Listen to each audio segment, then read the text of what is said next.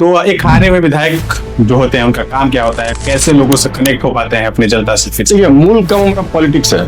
ठीक, मूल काम चुनाव हार जीत नहीं है। डुमरांव की जनता से आपको कितना प्यार मिला है? नहीं, बहुत डुमरांव के लोगों से तो बहुत प्रेम है, इसलिए मैं डुमरांव में हूँ। आपको पता है मैं डुमरांव का रहने वाला नहीं हूँ। मैं इन जनरल बात कर रहा हूँ। बहुत सारी जगहों पे आप देखिए पार्टी के सदस्य नहीं थे, उनके पार्टी के लोग कल तक नहीं जानते थे कि हमारे पार्टी में, पता चुनाव वही टिकट लेके आ गए। रोड की समस्या आपके समय से ही थी, अभी भी है क्या? ऐसी प्रॉब्लम्स आ रही हैं जो अभी रोड नहीं बन रही? रोड की समस्या बहुत पहले से है। बीजेपी मात्र 2 सीटें जीती थी। इस इलाके में वो पैसे नहीं दे रहे थे, क्योंकि सरकार तो हमारी थी नहीं, सरकार उनकी थी।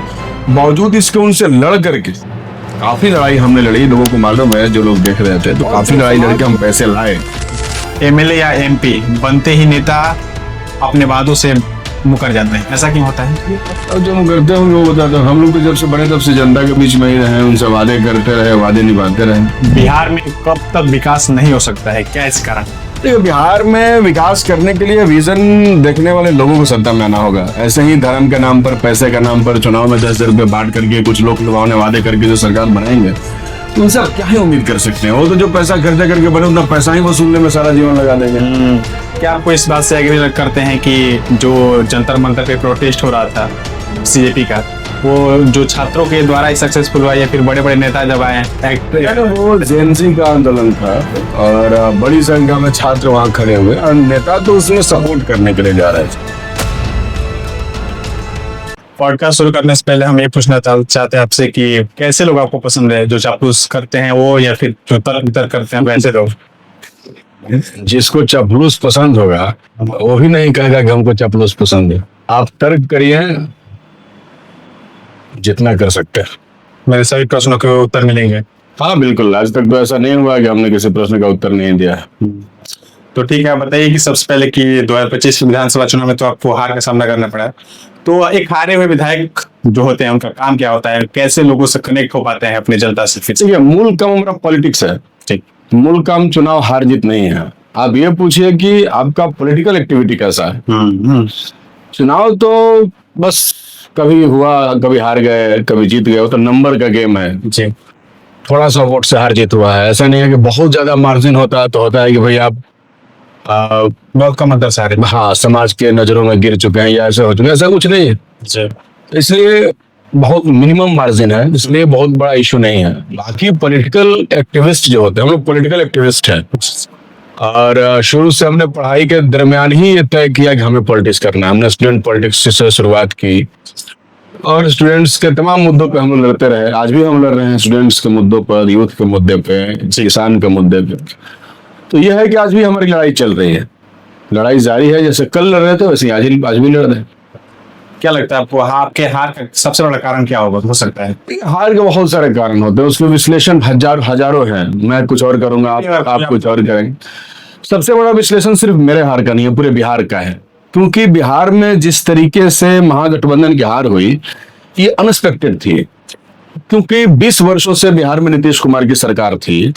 और मैं आपसे भी पूछूं, जैसे कि आप एकदम यंग हैं, टीनेज में हैं, आप लोग 2000 के बाद आप लोग का जन्म हुआ होगा और 2005 से बिहार के मुख्यमंत्री हैं। तो बड़ी संख्या में ऐसे नौजवान हमको मिलते हैं जो पिछले 20 वर्षों के नीतीश जी के काल में खुश नहीं है, उनके कार्यकाल से खुश नहीं है, पलायन से परेशान है, बेरोजगारी है, उनके जिंदगी में कोई बेहतरी नहीं हुई।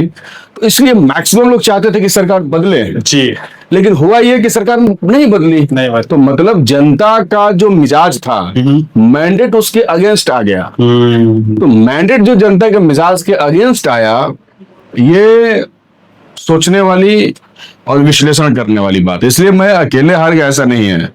तैयारी तो सरकार की थी हम लोगों को बुरी तरीके से हराने की, लेकिन वो बुरी तरीके से नहीं हरा सके। इस बात का सबूत है कि जनता के बीच में हमारी पकड़, हमारा उनसे नजदीकी बहुत ज्यादा था। बाकी तो इलेक्शन के दरमियान उन्होंने 10,000 रुपए बांटा, जो अनफेयर था पूरे इलेक्शन सिस्टम को। जिस तरीके से अभी अनफेयर एग्जामिनेशन के खिलाफ लड़ाई हो रही है पूरे देश में, उसी तरीके से अनफेयर इलेक्शंस बिहार के अंदर हुए। कोड ऑफ कंडक्ट की धज्जियां उड़ा दी गई है ना। तो ये सब कुछ हुआ चुनाव में। हम हारते हैं या फिर जब हम हारते हैं कुछ सीखते हैं, क्या सीखने को मिला इस हार से? मतलब नहीं, बिल्कुल हार से तो सीखना ही है। हारना अंतिम बात नहीं है, और इंसान तब तक नहीं हारता है जब तक वो लड़ना जारी रखता है। हार तब हो जाता है जब वो लड़ना खत्म कर देता है। जी जी। तो हम तो लड़ रहे हैं, इसलिए हम हारे हुए नहीं मानते हैं खुद को। आज भी बड़ी संख्या में जनता की समस्याएं, आज भी आप आइएगा मेरे आवास पे तो सुबह में भीड़ लगा रहता है। जनता दरबार। हाँ, रोज भीड़, तो आदत 5 साल से लगा हुआ है लोगों का।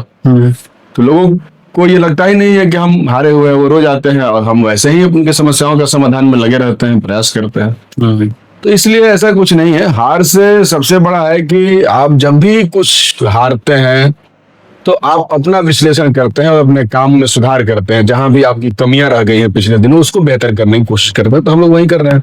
डुमरांव की जनता से आपको कितना प्यार मिला है? नहीं, बहुत। डुमरांव के लोगों से तो बहुत प्रेम है, इसलिए मैं डुमरांव में हूँ। आपको पता है मैं डुमरांव का रहने वाला नहीं हूँ। नहीं, मैं तो सारा बात खुल के बोलता हूँ। जी। लेकिन मेरा घर डुमरांव के ठीक बगल में है। हाँ, आरा जिला बहुत कुछ जगदीशपुर क्षेत्र में है। बक्सर जिला और मेरे गांव के बीच में एक नहर है। बस इतना ही अंतर। बक्सर जिला में और मेरे गांव के बीच में एकमात्र नहर है। मेरे ही घर से आरा जिला शुरू होता है, तो इधर उधर एकदम सटा हुआ है। जी। लेकिन जब से मैं हूँ यहाँ तब से हूँ, आज भी मैं यहीं पर रहता हूँ मैक्सिमम। हालांकि मेरा कार्य क्षेत्र तो बहुत बड़ा है, मैं तो देश भर का यूथ के कार्यक्रमों में मैं जाता रहता हूँ मोमेंट में। तो फिर लौट के आते हैं और डुमरांव में अपना जाते हैं, लोगों से मिलते जुलते हैं। अच्छा, जैसा कि आपने बोला कि अभी हम अपने इस क्षेत्र के नहीं है, लेकिन हम इस क्षेत्र में कार्यरत रहे, मतलब इस क्षेत्र में रहते हैं, लोगों को सुनते हैं, काम करते हैं। तो मैं ये पूछना चाहता हूँ कि पार्टी पे लोग ज्यादा भरोसा करते हैं as compare to independence candidate, तो ऐसा क्यों होता है? मतलब हम लोग पार्टी से जुड़े हुए हैं। शुरू में हम लोग पार्टी ही ज्वाइन किए। हमारी पार्टी की जो पॉलिटिक्स है वही हमारा पॉलिटिक्स है। हम भी चाहते हैं कि लोग हमसे ज्यादा पार्टी पर यकीन करें, क्योंकि पार्टी अस्थायी चीज है। व्यक्ति तो परिवर्तित होता रहता है। आप देखते हैं कोई व्यक्ति इस पार्टी में है, कल उस पार्टी में चला गया, कल उस पार्टी में चला गया, तो व्यक्ति का क्या है? इसलिए पार्टी पर लोगों को भरोसा करना चाहिए।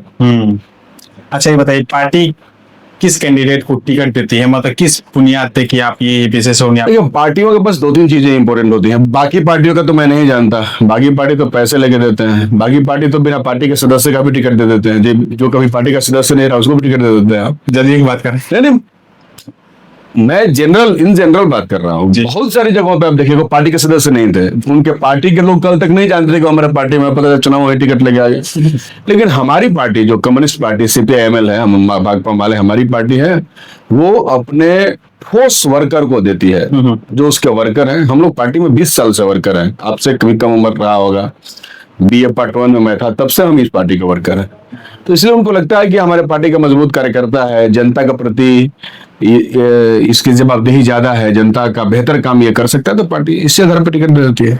तो आपको कभी ये डर नहीं लगा कि अगर पार्टी से हम हैं, चलो मान लेते हैं, अगर चुप पार्टी हमको मौका ना मिले, पार्टी मौका ना मिले, टिकट ना मिले, तो फिर मेरा क्या होगा फ्यूचर? नहीं, बिल्कुल। देखिए, हम लोग जब राजनीति ज्वाइन किए थे तो हम लोग राजनीति हमारे लिए व्यवसाय नहीं है। हम टिकट के लिए चुनाव, पार्टी टिकट के लिए पॉलिटिक्स ने ज्वाइन नहीं किया था। अच्छा। हम लोग स्टूडेंट पॉलिटिक्स में काम करते थे, बिल्कुल ही नहीं सोचते थे कि कभी चुनाव लड़ने का मौका मिलेगा कि नहीं मिलेगा। लेकिन हमने पॉलिटिक्स का मतलब यह है कि आपको जनता के बीच में काम करना होता है ना। जनता के बीच में आप काम करिएगा तो पार्टी टिकट देगी ही, इसमें कोई डाउट नहीं कि नहीं देगी। लेकिन यदि नहीं भी दे तब भी वो मैटर नहीं करता, वो कोई बहुत बड़ा इश्यू नहीं है हमारे लिए। इसलिए हमने कभी, हम लोग तो पार्टी से टिकट मांगते भी नहीं है। अच्छा। हाँ, वो खुद बुला करके टिकट देते हैं कि नहीं आपको हम टिकट देने वाले हैं, आप आइए। मतलब जैसे लोग होते हैं, हाँ, वो पार्टी खुद बुला करके टिकट देती है। इसलिए टिकट हमारे लिए मैटर नहीं करता। और कम्युनिस्ट पार्टी में काम करने वाले मैक्सिमम वर्कर टिकट की तलाश में नहीं रहते हैं। वो जनता के बीच में काम करते हैं, जनता को उनके अधिकारों के प्रति जागरूक करते हैं, उनको संघर्ष करने के लिए तैयार करते हैं। जैसे डॉक्टर अम्बेडकर ने कहा कि शिक्षित बनो, संगठित बनो, संघर्ष करो। उन्होंने ये नहीं कहा कि शिक्षित बनो, संगठित बनो, चुनाव लड़ो। बात समझ गया? सही है। डॉक्टर अम्बेडकर की जो लाइन है वो हम पालन करते हैं कि शिक्षित होना है, लोगों को संगठित करना है और लड़ना है अपने अधिकारों के लिए। यही हमारा पॉलिटिक्स है और हम समझते हैं कि यही पॉलिटिक्स करने का मतलब है और इसी से पब्लिक का फायदा है। अच्छा, ये बताइए कम्युनिस्ट जो पार्टी है ये किस प्रकार की राजनीति करती है, मतलब किस लोगों को ज्यादा मतलब प्रोत्साहन देती है, मतलब कैसे काम करती है? नहीं, कम्युनिस्ट पार्टी समाज के सबसे निचले तबके की राजनीति करती है, गरीबों की राजनीति करती है। वो जिनके पास खोने के लिए कुछ नहीं है, वो जिनको हाशिए पर धकेल दिया गया, कभी जाति के नाम पर, कभी वर्ण के नाम पर, कभी धर्म के नाम पर, कभी पैसे के नाम पर, कभी पूंजी के नाम पर, जो आज भी हाशिए पर पड़े हुए हैं, क्योंकि हम मानते हैं कि देश में जिन्होंने भी जन्म लिया उनको तमाम संसाधनों पर बराबर का अधिकार मिल होना चाहिए। सही बात। लेकिन अभी भी आप देखिएगा तो भारी अंतर है, इकोनॉमिकली आर्थिक रूप से भारी खाई है। आपके देश का बड़ा अमाउंट जो है 10% लोगों के पास है, पूरा संसाधन जो है 10% लोगों के पास है, और 90% लोग बहुत मिनिमम या मिनिमम से भी लेस मिनिमम जरूरतों से अपनी जिंदगी पूरा कर रहे हैं। तो ये जो खाई है इसको पाटने की लड़ाई हम लड़ते हैं। हम चाहते हैं कि इकोनॉमिकली जो संसाधन है वो डिसेंट्रलाइज होना चाहिए, लेकिन अभी की जो सरकारें हैं वो सेंट्रलाइजेशन कर रही है, जिससे सब कुछ अडानी को दे देना, सब कुछ अंबानी को दे देना, एजुकेशन, हेल्थ, एम्प्लॉयमेंट्स, लैंड्स, जंगल, फॉरेस्ट, रिवर्स, खान खदान, एवरीथिंग। तो ये ठीक नहीं है। आप उसको डिसेंट्रलाइज करिए ताकि मैक्सिमम लोगों को उससे फायदा हो सके। कार्ल मार्क्स यही बोलते थे कि मुझे सब समान समाज करना है। मार्क्स तो सिद्धांतकार हुए दुनिया में उनके सिद्धांतों ने पूरी दुनिया के देशों को बदल दिया। और दुनिया में उन्होंने बताया कि अगर आप एकजुट होंगे तो आप गुलाम नहीं है। जैसे रशिया में एक कहावत थी, रशिया में जब जार का शासन था तो एक कहावत था कि रशिया के मजदूरों का पीठ जार का होता है और पेट ईश्वर का होता है। मतलब पीठ पर जार कभी भी कूड़े बरसवा सकता है और पेट ईश्वर भगवान के भरोसे है, वो जब चाहेगा तो पेट भर सकता है। वहां से वो मुक्ति हुए। फ्रांस के मजदूर मुक्त हुए, चाइना का मजदूर मुक्त हुए। तो मजदूरों की लड़ाई, मुक्ति की लड़ाई हुई। और वही मजदूरों की लड़ाई जब दुनिया भर में छिड़ी तो मार्क्सिज्म के सिद्धांत के साथ तो उसने दुनिया भर में तय किया कि मजदूरों से 8 घंटा से ज्यादा काम आप नहीं ले सकते। तो ये उस लड़ाई का परिणाम है जिसका लाभ पूरी दुनिया के मजदूरों को मिला, भारत के मजदूरों को मिला। इसलिए वो तो एक बेसिक थियरीज है। बाकी उसको, कम्युनिज्म को, मार्क्सवाद को विभिन्न देशों के विभिन्न परिस्थितियों के हिसाब से इम्प्लीमेंट किया जाता है। जी, हमने पढ़ा है कुछ उनके बारे में, बता रहे थे कि एक तरीके का समाज सकते हैं कि ना अमीर ज्यादा लोग रहे ना गरीब, एक समान, एक मतलब बराबरी कराए। सही है, पॉसिबल है कि नहीं पॉसिबल? नहीं, आप क्या समझते हैं? हम समझते हैं कि कोई, आप एक उदाहरण ले लीजिए। हम कह रहे हैं कि अडानी कैसे बने, आप बताइए। उन्होंने क्या कोई खोज किया, कोई रिसर्च किया, कोई सॉफ्टवेयर डेवलप किया? क्या किया उन्होंने? काम किया क्या बताइए? जैसे कि उन्होंने कुछ नहीं किया। उन्होंने मोदी से दोस्ती की और उसका लाभ उठा करके बैंकों से कर्ज लिया। और बैंकों में पैसा किसका है? आपका, हमसे लोगों का। जी, आप लोन लेने जाइएगा तो बैंक आपको कितना, 10 लाख नहीं देगा, लेकिन उनको बैंक 10,000 करोड़ दे सकता है, क्योंकि उनका गारंटर कौन है? नरेंद्र मोदी। अच्छा, लोगों का ये मानना है कि राजनीति बहुत गंदी चीज है। कुछ लोग मानते हैं कि इस राजनीति से ज्यादा दूर रहो उतना अच्छा है। इस अवधारणा कैसे आप मानते हैं, कैसे देखते हैं? कालिदास को जानते हैं? हाँ, कालिदास जानते हैं। किस रूप में जानते हैं? एक महाकवि। अरे वो बाद में हो गया, ये पहले कहानी बताइए। कि वो जिस टहनी पर बैठे थे ना उसका जड़ काट रहे थे। सुना आपने? जी जी जी। तो जो लोग राजनीति को गंदा बोलते हैं वो अपना जड़ काट रहे होते हैं। बहुत सी राजनीति decide everything in your life. समझिए, एक व्यक्ति इस देश में जन्म लेने से मरते तक सब कुछ उसका पॉलिटिक्स डिसाइड करता है। और आप कह रहे हैं कि राजनीति गंदा नहीं है। आप कहना क्या चाहते हैं? लेकिन लोग क्यों कहते हैं ऐसा? मतलब उनको समझ नहीं है। अच्छा, वही तो काट रहे हैं अपने टाइम। हाँ, राजनीति, आप अगर पॉलिटिक्स नहीं सोचेंगे, नहीं जानेंगे तो गलत लोग आपका नेतृत्व करेंगे और वो आपके बारे में गड़बड़ नीतियां बनाएंगे। बात समझ गए? पॉलिटिक्स सब कुछ डिसाइड करता है। जैसे एक सिंपल उदाहरण मैं दूं, अभी बिहार की सरकार में, चूंकि आप सब स्टूडेंट यहाँ पे हैं इसलिए आप ही लोगों के लायक एग्जाम्पल मैं दूं, आपको ज्यादा अच्छा समझ में आएगा। बिहार की सरकार ने एक निर्णय लिया है कि ग्रेजुएशन, जो कि न्यू एजुकेशन पॉलिसी में 4 ईयर का प्लान हो गया है, जी जी, उसमें 3rd ईयर में कोई बच्चा 7.5 सीजीपीए नंबर नहीं लाता है। 7.5 सीजीपीए का मतलब क्या होता है? लगभग 71%। ठीक है जी। अगर कोई बच्चा 3rd ईयर में 70.5 सीजीपीए नंबर नहीं लाता है तो उसको ऑनर्स पेपर नहीं मिलेगा। बात समझ गए? जी जी जी। ऑनर्स नहीं मिलने का क्या दिक्कत है? आप पीजी नहीं कर सकते हैं। पीजी नहीं करने का मतलब पीएचडी नहीं कर सकते हैं, एमफिल नहीं कर सकते हैं, रिसर्च नहीं कर सकते हैं, डॉक्टरेट नहीं बन सकते हैं, प्रोफेसर नहीं बन सकते। सही बात। ये पहली बार इस देश के अंदर है। ये तय कौन किया? पॉलिटिक्स तय किया। अभी तक क्या था? ग्रेजुएशन का नंबर मैटर ही नहीं करता था। 50% नंबर भी है तब भी आप आईएएस बन सकते हैं। जी सर, आप ये बताइए कि आप एमएलए रहे हैं, एक विधायक का पावर क्या क्या होता है? विधायक पावर दिखाने के लिए नहीं होता। अच्छा, विधायक जनता का सेवक होता है। उससे सबसे बड़ी जिम्मेदारी उसकी है कि वो क्षेत्र में जनता के बीच में रहे मैक्सिमम लोगों की समस्याओं को स्वयं सुने, स्वयं देखे अच्छा।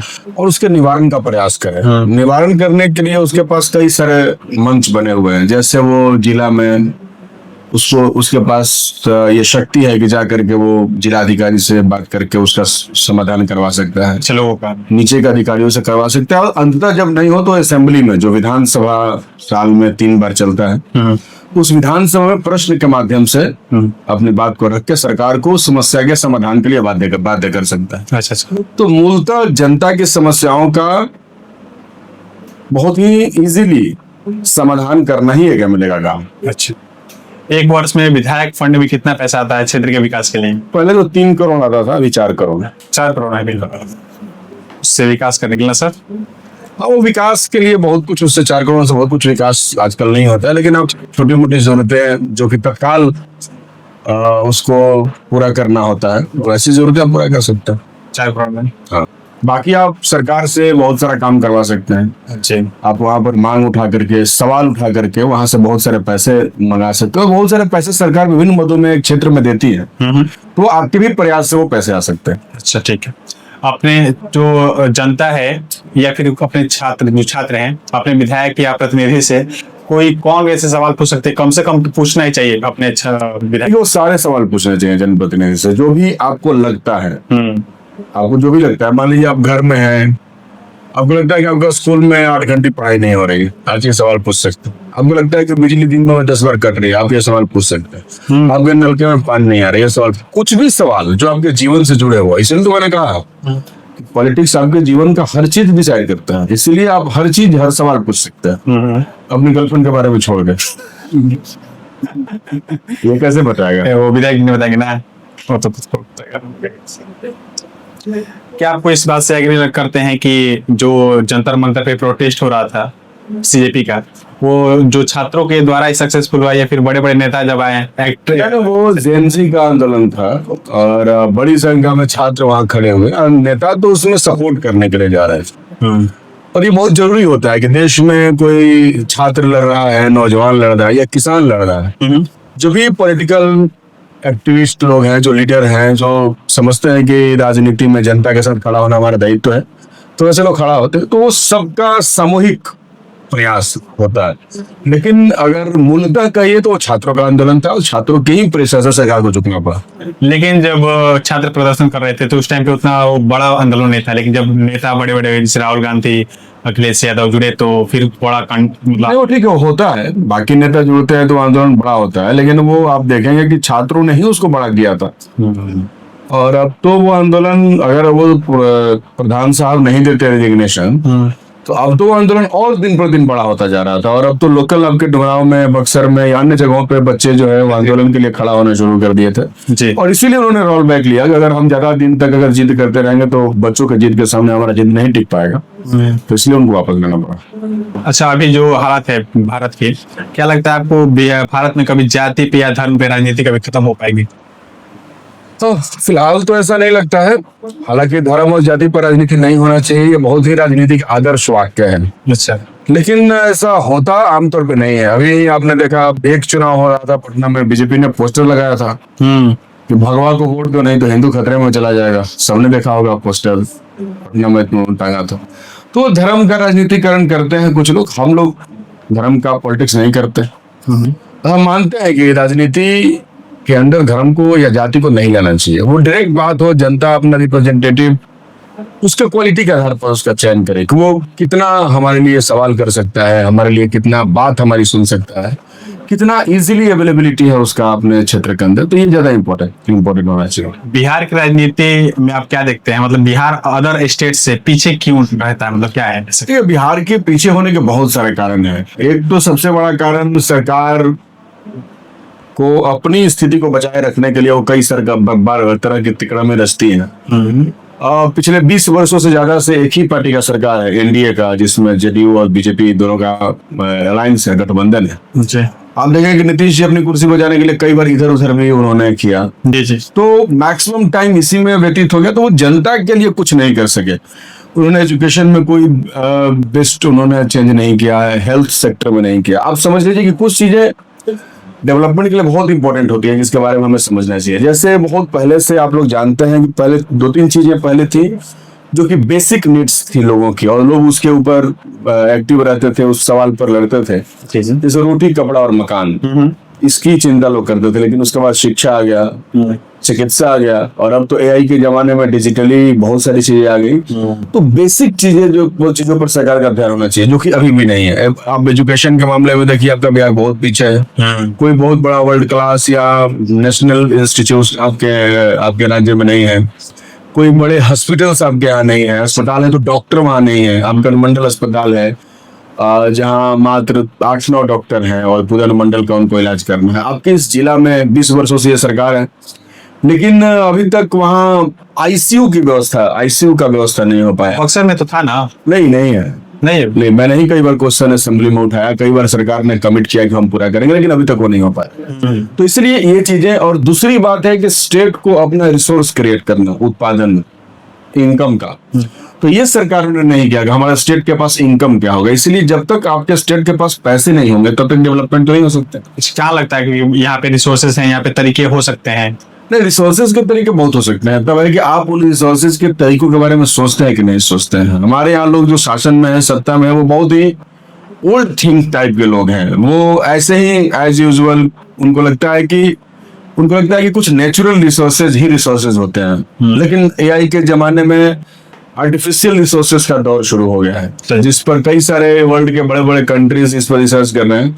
लेकिन हम अभी इसको उस तरीके से नहीं कर रहे हैं। हमारे पास डेटा बहुत है जो हम सर्जन करते हैं। आप अगर बिहार में बात करें तो बिहार किसानों का इलाका है, बड़ी संख्या में लोग खेती करते हैं। बावजूद इसके हमारे जो उत्पाद है उसका दुनिया में कोई कदर नहीं है। अगर सरकार चाहे तो हम अपना उत्पादन दुनिया के दूसरे देशों में बेच करके पैसा कमा सकते हैं, लेकिन उसके लिए अब वो किसानों को स्ट्रॉन्ग करना होगा। उनके खेतों तक पानी की अवेलेबिलिटी बहुत इजीली करनी होगी। ये बीज का व्यवस्था, यूरिया, डीएपी की व्यवस्था आपको ठीक से करनी होगी, तब जाके किसान खेती करेगा। जैसे आप अमेरिका देख लीजिए, अमेरिका अपने देश में एक किसान को कई करोड़ तक का सब्सिडी देता है, तब जाकर के उसकी किसान बहुत स्ट्रॉन्ग है। लेकिन हमारे यहाँ क्या है, हमारे यहाँ सरकार किसानों को उस स्तर की सब्सिडी नहीं दे पाती है। बट फिर वो तो विकसित राष्ट्र है ना? नहीं, वो विकसित बना कैसे है? विकसित तब बना जब उसके सबसे नीचे के लोग विकास किए। जब आप वहां पैसा नहीं, आप अडानी को पैसा दे देंगे।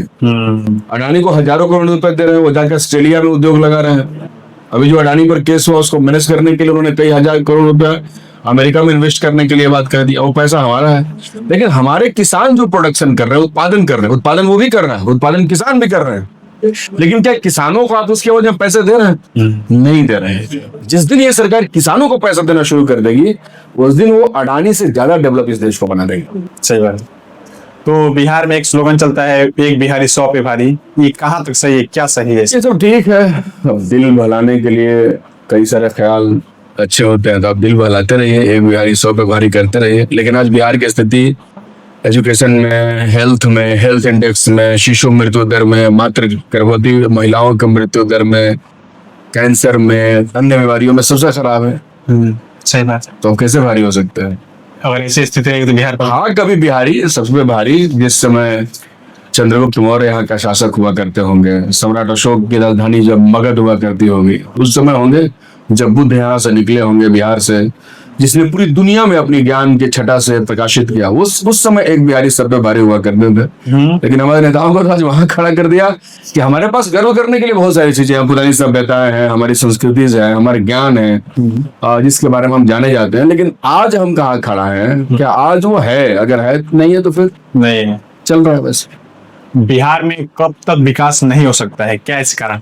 देखिए, बिहार में विकास करने के लिए विजन देखने वाले लोगों को सत्ता में आना होगा। ऐसे ही धर्म के नाम पर, पैसे के नाम पर चुनाव में 10,000 रुपए बांट करके कुछ लोग लुभावने वादे करके जो सरकार बनाएंगे, तो उनसे आप क्या ही उम्मीद कर सकते हैं? वो तो जो पैसा खर्चा करके बने उतना पैसा ही वसूलने में सारा जीवन लगा देंगे।